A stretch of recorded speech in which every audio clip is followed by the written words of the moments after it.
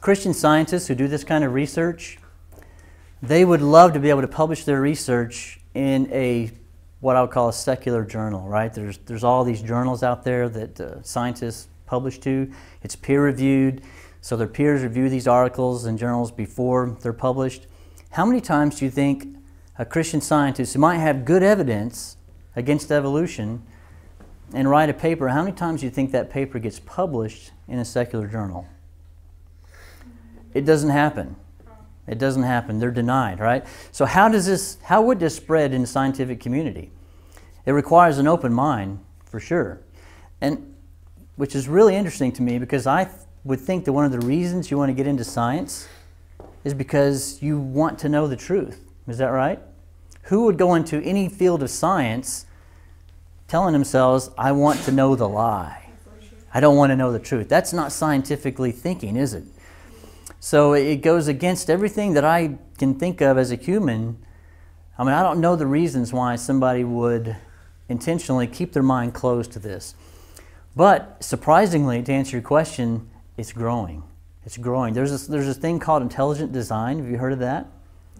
It's being put forth as a scientific theory, which means there is work being done on it. And to date, I just heard this the other day, more than 50 papers on intelligent design have been published in secular journals that have been peer-reviewed.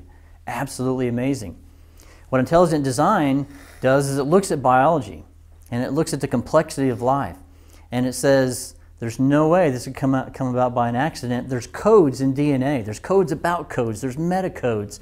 And everything we know about codes says there must be a designer of the code, right? And I've just really probably done a bad job of summarizing ID. But they don't say who the designer is. And that's how they're able to get it in, right, into the scientific journals. And I can't remember the exact number now. There are hundreds of scientists now that are working with the Discovery Institute in Washington on intelligent design. And guess what? They're not all Christians. There are Christians, there are Buddhists, there are Muslim scientists, there are agnostic scientists, there are atheist scientists, but they've all come together because they have that open mind and they want to go where the evidence leads them and they want to find the truth.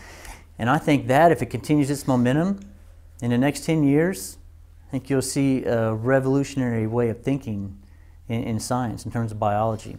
Because these guys know there's no good reason to pursue a theory that you can't even test in the lab, but you can test intelligent design.